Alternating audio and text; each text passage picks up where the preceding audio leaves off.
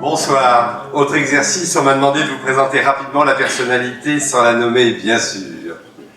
Notre primaire rêvait tout jeune d'être pédiatre, mais c'est au lycée Hoche à Versailles, aux universités Paris 2 Panthéon et Paris 11 Sud, suivi du diplôme d'HEC et ancien élève de l'ENA, promotion d'Hydro, qui lui permirent de révéler ses talents.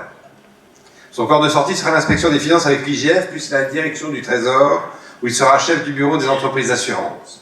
Son passage au comité interministériel de restructuration, le CIRI, lui permettra de côtoyer des entreprises en difficulté qu'il fallait remettre en état de marche. Puis viendra la belle aventure d'être directeur adjoint du cabinet du ministre de l'économie de l'époque, avec Dominique Strauss-Kahn pendant 2 mois, dont il a pu apprécier sa vision de l'économie, puis avec Christian Sauter. Ses bons souvenirs de cette époque côtoient aussi bien la fameuse mutuelle des étudiants que l'agitation entrepreneuriale de start-up au sein des 9e et 10e arrondissements, avec la naissance de l'iPod, du MP3 à l'époque, et surtout la volonté de faire rester les start-up dans l'Hexagone. À 41 ans, voulant prendre du champ, son parcours va lui permettre d'être pour la première fois manager et de rejoindre l'un des premiers groupes bancaires où il dirigera les financements d'actifs, accompagnera la réunification d'une filiale, le numéro 1 avec le numéro 2.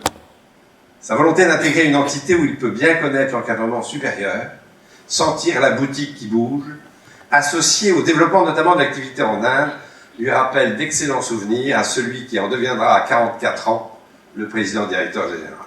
Déjà. C'est alors que Michel Pébron cherche un successeur à sa DRH Group. J'en dis trop. Surpris mais séduit, dit-il, il accepte car ses qualités de manager senior opérationnel sont prisées. C'est alors qu'il découvre qu'être DRH Group d'une grande institution financière, ce n'est pas pareil qu'être patron d'une entité, si ce n'est qu'il y retrouve toujours la dimension managériale, la responsabilité, la solidarité et la prise de risque.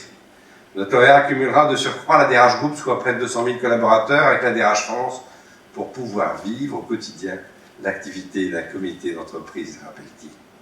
Ses principales réalisations durant ces 6 ans sont entre autres l'égalité professionnelle, le programme de formation obligatoire des cadres supérieurs, la mise en œuvre de mesures concrètes favorables à la carrière des femmes, avec l'accord d'entreprise sur les reprises de poste après maternité, les règles de vie internes, dont notamment les heures de réunion. La mise en place de règles de méthode pour les promotions mobilité, par exemple, au moins une femme doit être incluse dans la liste de candidats proposés par les DRH métiers pour une promotion. L'objectivation quantitative aux différents niveaux identifiés comme plafond de verre, la montée continue de la promotion des femmes dans les catégories statutaires supérieures en France aura comme résultat, sous sa DRH Group, de passer de 25% à la quasi-parité en 4 ans, et celle dans le senior management du groupe, passage de 14 à 25% en 4 ans. Et sera associée aussi l'enquête annuelle réalisée auprès des salariés, conçue et structurée comme un tableau de bord opérationnel et communiqué au top management, au Commerce Group et aux instances représentatives du personnel dans les différents pays. Et ce tableau de bord deviendra un critère déterminant dans l'appréciation des managers, forçant ainsi la prise en compte de la performance managériale dans la gestion des carrières. Après 6 ans d'une équipée RH, il est triste de quitter cette bonne maison, mais sa volonté de retrouver une direction opérationnelle l'emballe. Et son attrait pour le business reprend le dessus.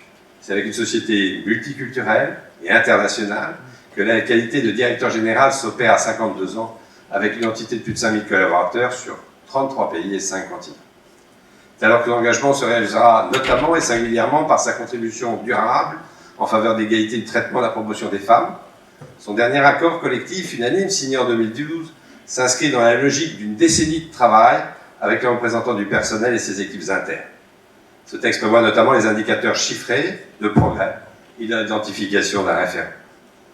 Par conviction, il a soutenu et permis d'être la première entreprise labellisée diversité en 2009 avec l'Observatoire de la parité. L'évolution du rapport homme-femme du top management est retenue aussi comme un indicateur du tableau de bord, avec le fait de concilier vie privée et vie professionnelle, sachant que les hommes ont plus de mal à en parler, rappelle-t-il. Mais je n'en dirai pas plus. Sinon, j'ajoute ses pôles d'intérêt en dehors de sa famille, bien sûr.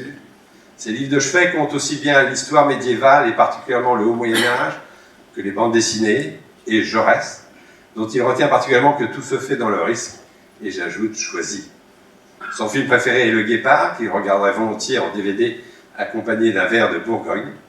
Si le talent qu'il aurait voulu avoir, c'était d'être musicien, c'est son engagement associatif dans le microcrédit plus de 18 microcrédits personnels en 2015, qui fait de lui un bénévole depuis 20 ans.